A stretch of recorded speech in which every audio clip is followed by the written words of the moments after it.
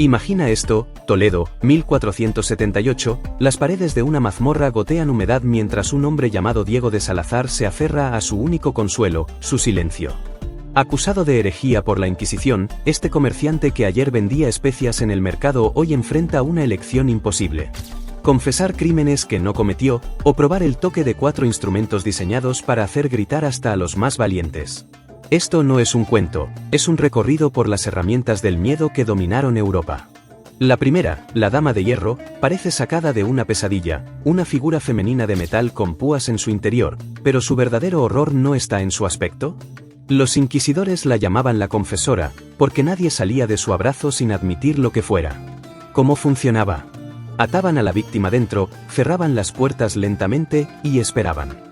Las púas perforaban brazos, piernas, espalda, pero evitaban órganos vitales. El objetivo no era matar, sino prolongar el sufrimiento hasta que la mente se rompiera. En Nuremberg, 1521, un prisionero aguantó 3 horas antes de delirar nombres falsos. ¿La ironía? Al día siguiente, sus cómplices inocentes fueron arrestados, así de cruel era el juego. Las cadenas de Diego resonaron contra el suelo de piedra mientras los guardias lo arrastraban hacia el centro de la cámara. Allí, iluminada por las antorchas, se alzaba una figura que heló su sangre, una mujer de hierro, con los brazos extendidos como en un macabro abrazo. La llamaban la Virgen de Nuremberg, pero no había nada sagrado en su diseño. El verdugo corrió un pesado cerrojo y las puertas frontales se abrieron con un chirrido metálico, revelando el interior. No era hueco, decenas de púas de hierro, algunas tan largas como un dedo, otras finas como agujas, recubrían cada centímetro. Escoja sus palabras con cuidado, señor Salazar, dijo el inquisidor mientras limpiaba una mancha de óxido de una de las púas, cada mentira será puntualmente castigada. En 1521, el herrero Johann Georg resistió 4 horas dentro antes de confesar haber robado pan, cuando en realidad era inocente. Las púas le perforaron 37 puntos distintos, pero los registros muestran que murió 3 días después, no por las heridas, sino por infección. La dama siempre dejaba vivir, para torturar otro día. El proceso era casi ceremonial. La víctima era desnudada, pues era mayor humillación. Se le explicaba el funcionamiento, aquí se enfatizaba el terror psicológico. Las puertas se cerraban a velocidad controlada. El verdugo preguntaba cada 5 minutos si quería confesar. Diego vio gotas de sangre seca en el piso bajo la dama, sintió el olor a orina y hierro oxidado. Cuando las puertas comenzaron a cerrarse tras él, tuvo un pensamiento revelador, no temía a las púas, sino a convertirse en otro espectáculo para los siguientes prisioneros. Ese era el verdadero propósito, no solo su dolor, sino el mensaje que dejaría. Los archivos de Toledo mencionan a Isabel de Mendoza, única mujer registrada que sobrevivió 6 horas en la dama. Cuando la sacaron, sus heridas formaban un mapa de sufrimiento según el escribano. ¿Lo extraordinario?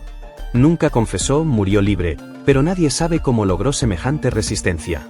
Quizás, como Diego, encontró en su mente un refugio que las púas no podían alcanzar.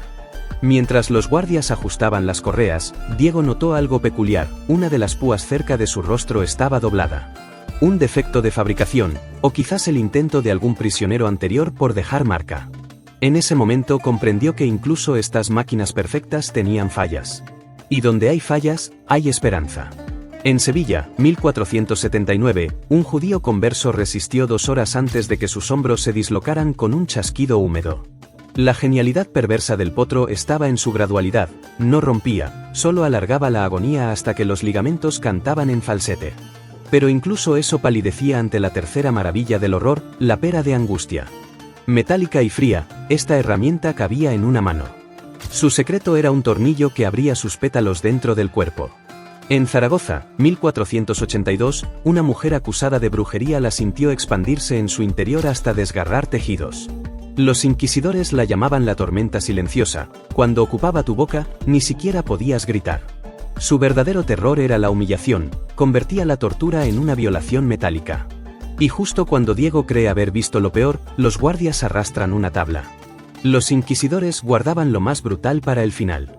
No era un instrumento complejo como la Dama de Hierro, ni una máquina ingeniosa como el potro. Era simple, casi primitivo, una tabla de madera, unas cuerdas, y piedras, muchas piedras. Se llamaba el aplastamiento, y su terror estaba en su cruel simplicidad. Diego, ya al borde del colapso después de enfrentar los otros instrumentos, vio cómo colocaban la tabla sobre su pecho. Primero fue solo el peso de la madera, molesto pero soportable, luego llegó la primera piedra, después la segunda, con cada peso añadido, sus costillas comenzaron a gemir bajo la presión. El aire se volvió un lujo, respirar era ahora un acto de voluntad. Confiesa ahora, y detendremos esto, le decían, pero Diego sabía la verdad, una confesión no significaría su libertad, solo una muerte más rápida. Y mientras más piedras se acumulaban, más comprendía el verdadero propósito de esta tortura, no era solo romper el cuerpo, sino demostrar que ni siquiera el aire que respiraba le pertenecía. Lo más perturbador es que esta técnica no era exclusiva de la Inquisición. En la Inglaterra del siglo XVI, usaban un método similar llamado peine y peine, donde colocaban pesos sobre el pecho del prisionero hasta que confesara o muriera. En algunos casos, el peso era tanto que las costillas perforaban los pulmones, causando una muerte lenta y agonizante. En Córdoba, 1485, un hombre acusado de blasfemia soportó más de 300 kilos antes de que sus pulmones colapsaran. Los registros dicen que sus últimas palabras fueron: «Dios sabe que llegó demasiado tarde». Pero el verdadero poder del aplastamiento no estaba en el dolor físico, sino en lo que representaba, la lentitud calculada de la agonía. A diferencia de otros métodos que causaban dolor inmediato, este permitía a la víctima contemplar su propia destrucción. Cada piedra era una cuenta regresiva, cada respiración superficial, un recordatorio de que el final se acercaba. Diego, con la tabla crujiendo sobre su pecho, entendió que este no era solo un castigo. Era un mensaje para todos los que pudieran pensar en desafiar al sistema. «Mira lo que hacemos con los que se resisten», parecían decir las piedras, «mira cuán fácil es aplastarte». Justo cuando Diego estaba a punto de perder la conciencia, ocurrió algo inesperado. Uno de los guardias, un hombre joven que había permanecido en silencio durante todo el proceso, intercambió una mirada con él. No había palabras, pero el mensaje era claro: «Esto está mal». Esa noche, cuando los demás guardias se durmieron, las cadenas de Diego misteriosamente quedaron sueltas. No hubo explicaciones, solo una puerta entreabierta y la noche fría esperándolo al otro lado. Diego de Salazar, nuestro comerciante acorralado, tuvo una última opción: romper o romperse. Tras horas en el potro, con los huesos al borde del quiebre, los inquisidores le dieron una última oportunidad. «Confiesa, y el dolor terminará», le susurraron. Pero Diego sabía la verdad: una confesión no lo salvaría, solo mancharía su nombre y condenaría a su familia. Así que eligió aguantar. Y entonces, en un giro inesperado, el destino le tendió una mano. Un guardia, quizás cansado de tanta crueldad, dejó abierta la puerta de su celda. Diego escapó hacia las montañas, donde pasó el resto de sus días como un fantasma, pero libre. ¿Por qué importa esta historia? Porque aquellos instrumentos de tortura no eran solo herramientas de dolor. Eran símbolos de control, diseñados para quebrar no solo cuerpos, sino voluntades. La Inquisición no quería solo castigar, quería aterrar a cualquiera que pensara en desafiar su poder. Pero la resistencia de Diego nos recuerda algo crucial: el miedo puede ser un arma, pero también puede ser superado. Este no es solo un relato del pasado.